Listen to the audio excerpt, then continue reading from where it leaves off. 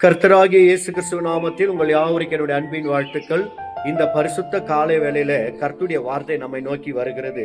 63ஆம் சங்கீதம் 2வது வசனத்துல, இப்படியே பரிசுத்த ஸ்தலத்தில் உம்மை பார்க்க ஆசையாயிருந்து உமது வல்லமையும் உமது மகிமையும் கண்டேன். ஆமென். எனக்கு அருமையான தேவ ஜனமே, இந்த பரிசுத்த நாளிலே கர்த்தருடைய தாசனாகிய தாவீதினுடைய வார்த்தைகளை நாம் தியானிக்கும் பொழுது நம் இருதயம் அனல் மூண்டி எழும்புகிறது.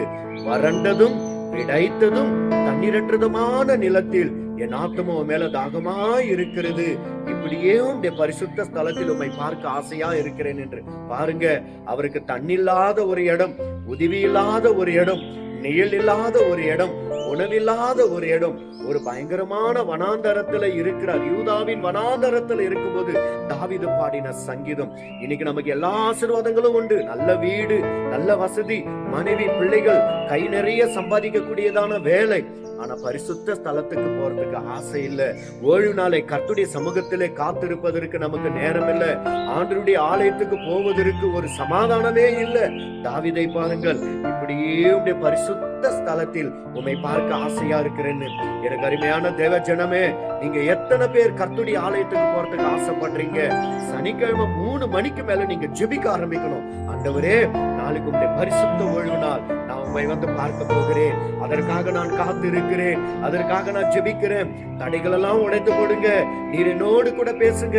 என்னுடைய வியாதிகள் நீங்கணும். என்னுடைய சாபங்கள் மாறணும். நான் இன்னும் ஆவியில நிரம்பணும். நான் சத்தியத்துல பூரணப்பட்டு ஆவியில தேறினவனாக நிற்கணும். உம்முடைய பரிசுத்த ஸ்தலத்தில் உம்மை பார்க்க ஆசையா இருக்கிறேன் என்று ஒவ்வொரு நாளும் சனிக்கிழமை நீங்க இப்படி ஜெபிக்கும் பொழுது, வறண்டதும் விடைத்ததும் தண்ணீரற்றதுமான நிலத்துல நீ இருந்தாலும் உன்னை அதிகாரத்துக்குரியவனாக, ஆளுகைக்குரியவனாக, ஆசீர்வாதத்துக்குரியவனாக கர்த்தர் உன்னை மாற்றுவார். எனக்கு அருமையான தேவ ஜனமே, அது மாத்திரம் இல்லாமல் என் ஜீவனை பார்க்கிறோம் உமது கிருபை நல்லது அப்படின்னு தாவீது சொல்றாரு.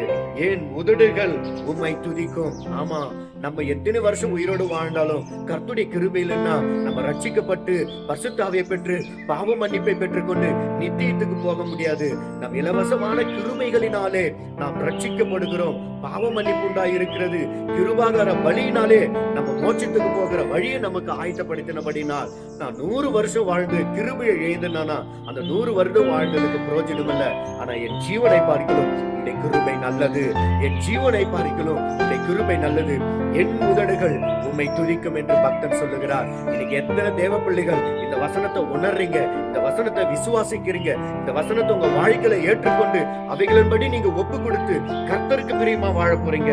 4வது வசனம் சொல்லுகிறது, என் ஜீவனுள்ள மட்டும் நான் உம்மையே துதித்து உங்க நாமத்தை சொல்லி கையடிப்பேன். ஆமென். ஒவ்வொரு நாளும் காலை வேளையில, ஒவ்வொரு நாளும் கர்த்தருடைய சமூகத்துல நாம் துதிக்கிறத இழந்துடாதீங்க. ஜெபிக்கிறத விட்டு விலகிடாதீங்க. நீங்க துதிக்க துதிக்க துதிக்க உங்க கட்டுகள் உடைக்கப்படும். நீங்க ஜெபிக்க ஜெபிக்க ஜெபிக்க தேசத்தில் உன்னை பெயர் பெற்றவனாய் கர்த்தர் உன்னை உருவாக்குவார். உன் ஜெபத்துக்கு பதில் கொடுப்பார். உன் துதியில அரண்கள் நிர்மூலமாக்கும்படி தேவ வல்லமை பலப்படும். அப்புறம் பாருங்க, நினைத்தையும் கொழுப்பையும் உண்டது போல என் ஆத்துமா திருப்தியாகும். என் வாய் ஆனந்த களிப்புள்ள உதடுகளால் உம்மை போற்றும். ஆமென். நினைத்தையும் கொழுப்பையும் என்றது பாத்தீங்கன்னா, வெறும் கறிய சாப்பிட்டீங்கன்னா அது பிரெட் மாதிரி இருக்கும். வெறும் கொழுப்பை சாப்பிட்டீங்கன்னா அது திகட்டும். அந்த கொழுப்பும் கறியும் கலந்த மாதிரி ஒரு கறி வருங்க. அதை சாப்பிடும் போது ஒரு மனிதனுக்கு என்ன திருப்தி கிடைக்கிறதோ, என்ன சந்தோஷம் இருக்கிறதோ அது தாவீதுக்கு இருக்கிறதா. அதான் சொல்றாரு, நினைத்தையும் கொழுப்பையும் உண்டது போல் என் ஆத்துமா உம்மில் திருப்தியா இருக்கிறது. என் வாய் ஆனந்த களிப்புள்ள உதடுகளால் உம்மை போற்றும். ஆமேன்.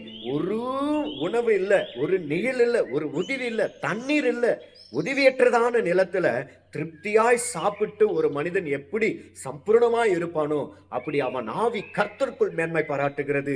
கர்த்தரை துதிப்பதற்கு அவர் ரொம்ப உற்சாகமா இருக்கிறார். அவர் வனாந்தரத்துல பாடின சங்கீதம் எதுவுமே இல்லாதப்ப கர்த்தருக்கு ஒரு மனிதன் உத்தமமா இருக்கிறதா தான் கர்த்தர் பார்க்கிறார். அப்புறம் பாருங்க, என் படுக்கையின் மேல் நான் உம்மை நினைக்கும் பொழுது ராஜாமங்களில் உம்மை தியானிக்கிறேன். இன்னைக்கு படுக்கும் பொழுது எதையெல்லாம் நினைக்கிறோம். என்னை அவங்க திட்டினாங்க, என்னை இவங்க பேசிட்டாங்க, என்னை அவங்க மோசப்படுத்திட்டாங்க அப்படின்னுட்டு பக்தன் தாவீது சொல்லுகிறான், என் படுக்கையில் நான் உம்மை நினைக்கிறேன். உங்க படுக்கை கர்த்தருக்கு பிரியமா இருக்கட்டும். நீங்கள் கர்த்தருடைய சத்தியத்தில் நில்லுங்கள். கர்த்தர் உங்களை ஆசீர்வதிப்பார். ஆமென்.